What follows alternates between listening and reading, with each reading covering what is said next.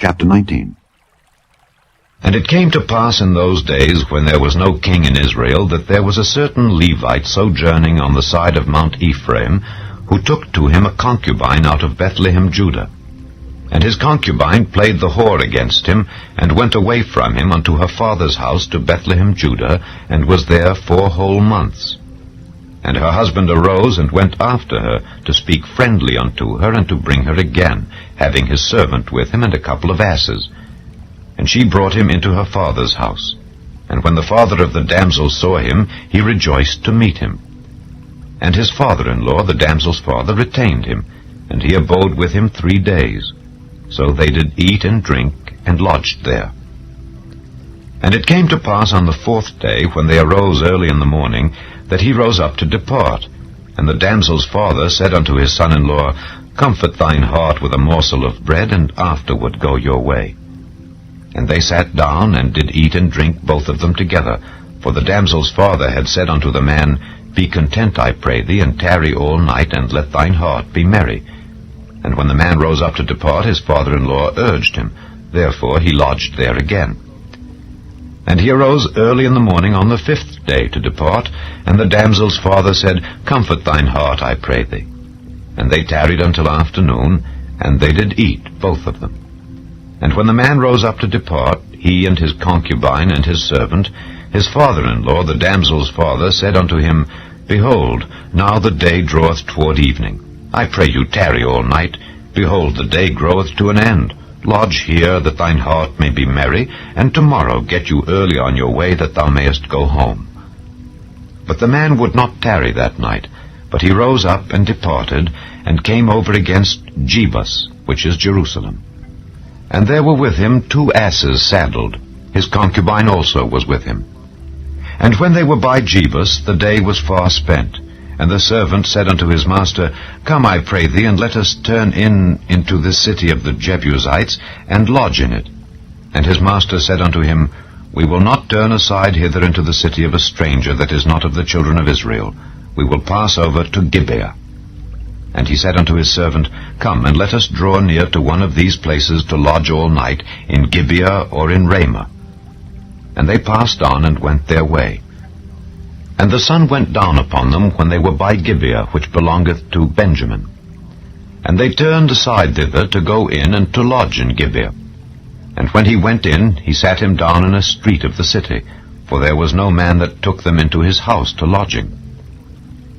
And behold, there came an old man from his work out of the field at even, which was also of Mount Ephraim, and he sojourned in Gibeah. But the men of the place were Benjamites. And when he had lifted up his eyes, he saw a wayfaring man in the street of the city, and the old man said, Whither goest thou, and whence comest thou?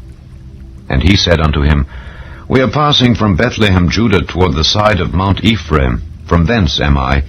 And I went to Bethlehem, Judah, but I am now going to the house of the Lord, and there is no man that receiveth me to house.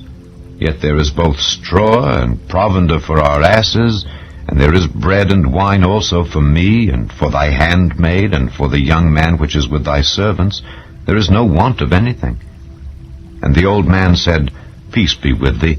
Howsoever, let all thy wants lie upon me. Only lodge not in the street. So he brought him into his house, and gave provender unto the asses. And they washed their feet, and did eat and drink. Now as they were making their hearts merry, behold, the men of the city, certain sons of Belial, beset the house round about, and beat at the door, and spake to the master of the house, the old man, saying, Bring forth the man that came into thine house, that we may know him. And the man, the master of the house, went out unto them, and said unto them, Nay, my brethren, nay, I pray you, do not so wickedly. Seeing that this man is come into mine house, do not this folly. Behold, here is my daughter, a maiden, and his concubine. Them will I bring out now, and humble ye them, and do with them what seemeth good unto you. But unto this man do not so vile a thing. But the men would not hearken to him. So the man took his concubine, and brought her forth unto them, and they knew her, and abused her all the night until the morning. And when the day began to spring, they let her go. Then came the woman in the dawning of the day, and fell down at the door of the man's house where her lord was, till it was light. And her lord rose up in the morning, and opened the doors of the house, and went out to go his way. And behold, the woman his concubine was fallen down at the door of the house, and her hands were upon the threshold. And he said unto her, Up, and let us be going. But none answered. Then the man took her up upon an ass, and the man rose up, and gat him unto his place. And when he was come into his house, he took a knife, and laid hold on his concubine, and divided her, together with her bones, into 12 pieces, and sent her into all the coasts of Israel. And it was so that all that saw it said, There was no such deed done nor seen, from the day that the children of Israel came up out of the land of Egypt unto this day. Consider of it, take advice, and speak your minds.